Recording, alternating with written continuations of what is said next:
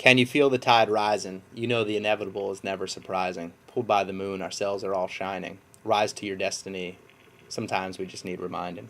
You step into my area, have a seat, and feel free to relax. If you're feeling non-threatened, you can put down your weapons and just sit back. In fact, while I could easily battle, I prefer to play. Competition is for sharpening, and I don't need to cut you down. No way. I'm developing these skills to change the makeup of the hills. It's inevitable that our people will continue to build. So take a step back and see what's the greater will. A voice in my heart say we must lay our foundation strong and bring all of our family trees along, and we must leave separation behind, and we must find comfort in the singular root, and yes, stand tall as one nation forever blessed. Is this the land that you promise your kids? Do your actions make you safer or just more fenced in? And in how small of a box do you want to live in? This world is forever expanding if you could just learn to forgive. Yourself and your brother, the man who told you could never do it. Man, he could have bet on you, and back then he blew it.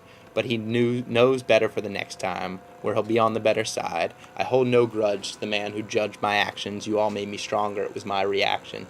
So thank you for sharpening my sword, and keep cutting me down. I'll keep rising, reborn, always and forever with my eyes on the goal and ready to perform, even when I was rolling, when I had lost all control, depressed and unhuman and eating shit that's barely food, and yo, somewhere inside me, bigger than the sea, was this inborn knowledge that we all are free. Man, it appeared at moments at a show or on the street or in the woods. When I was running, there was a glimpse of my being resplendent in the sun, never undone, blossoming and expanding with the ever-shifting moment. Yes, that one. That vision. You know the sight. Knew it from when you were a baby. It's your birthright. The moment you existed was the spill into the night, the expansion of clarity, the growth of insight. This pattern was emerging as your life was all traced in this infinite piece of construction paper.